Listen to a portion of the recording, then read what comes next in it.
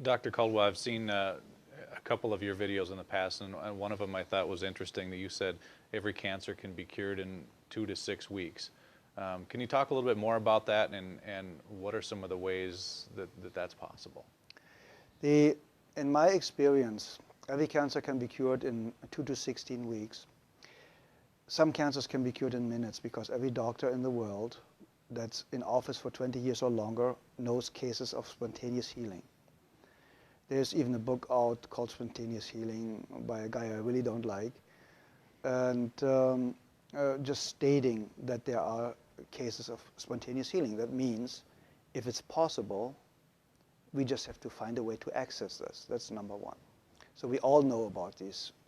It also happened very often when people go to Lourdes or to these religious places, and it's not really the place that cures them, it's the expectation and the way to that place that cures them. The second, you get rid of acidosis and toxemia. The second, the body gets alkaline and oxygen rich. With juicing a lot of greens like chlorophylls, everything that's green has a lot of chlorophyll, gives the body a lot of oxygen. Getting your body alkaline with good calcium, with good nutrition, with good trace supplements, trace minerals, will help to alkalize the body. So that means the second you are alkaline, the cancer already stops. It can take a couple of days, a couple of weeks, but it stops. You get the body to a healing pH level, which the pH scale goes from 0 to 14, so 7 is neutral, and you need to be slightly alkaline. 7.36 is ideal. But in the healing phase, you should go up to 7.5. It's a little bit over-alkalizing the system. A great friend of mine, Dr. Martin in Germany, is using oxygen more step therapy, for example, where you take the blood out, get ionized oxygen, and to lead the blood back in. And you do this 12 times, and you have basically brand new blood like a newborn baby. So you already eliminated the lack of oxygen. You see the blood coming out looks like black. They put the oxygen in and it becomes pink. And it's like legal doping. You get it and you feel so energized and you're so vital. And there are, we know basically with what I used, what my MDs in Europe used is vitamin C injections, intravenous vitamin C injections, 100 cc's a day, 3 times a week. That's what we used in certain cases more often. And very often, believe it or not, in my personal experience, the tumors or the cancerous growth was basically gone within a couple of days. And because vitamin C is so powerful and one of the greatest healers out there, you can fix nearly every heart problem, cardiovascular problem with vitamin C.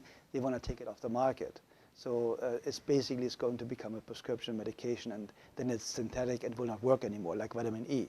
Vitamin E basically helps you to cure very easy and fast blood pressure problems in any way, shape, or form.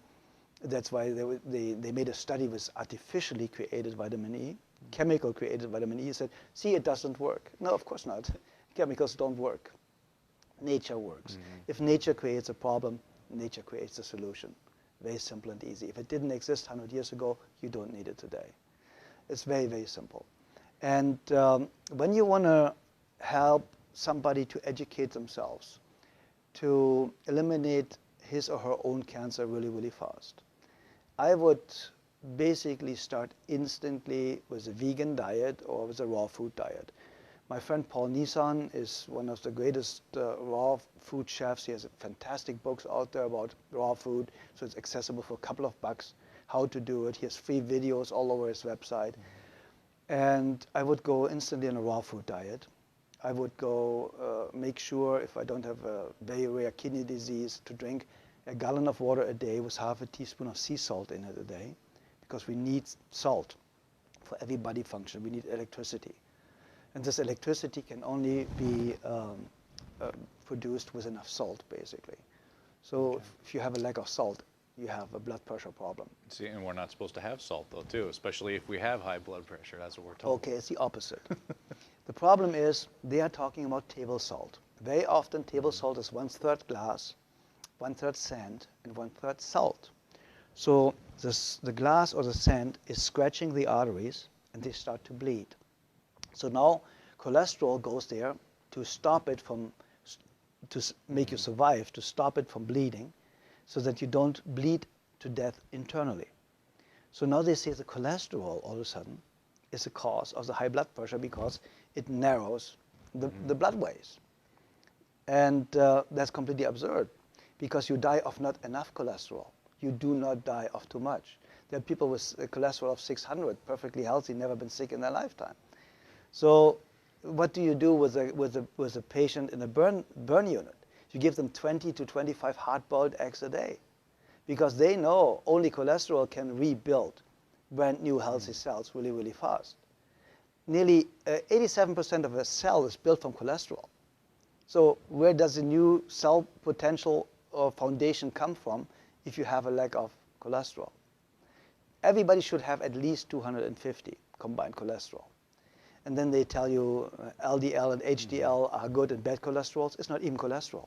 It's a protein that transports cholesterol. So they are too stupid to even narrow it down the right way. So if you look at the facts and if you look what they know and what they don't know, you know that Dr. Gary Null stated it, and a lot of other people. The medical profession, the medical doctor statistically has the shortest lifespan of 56 years of age, the highest abuse rate of alcohol and drugs, the highest suicide rate, only the psychiatrist is higher. And so you go to somebody that has the lowest lifespan, highest suicide rate, highest drug abuse rate, to ask them how to have a healthy, happy, long life. Yeah. I think we should rethink our way of thinking.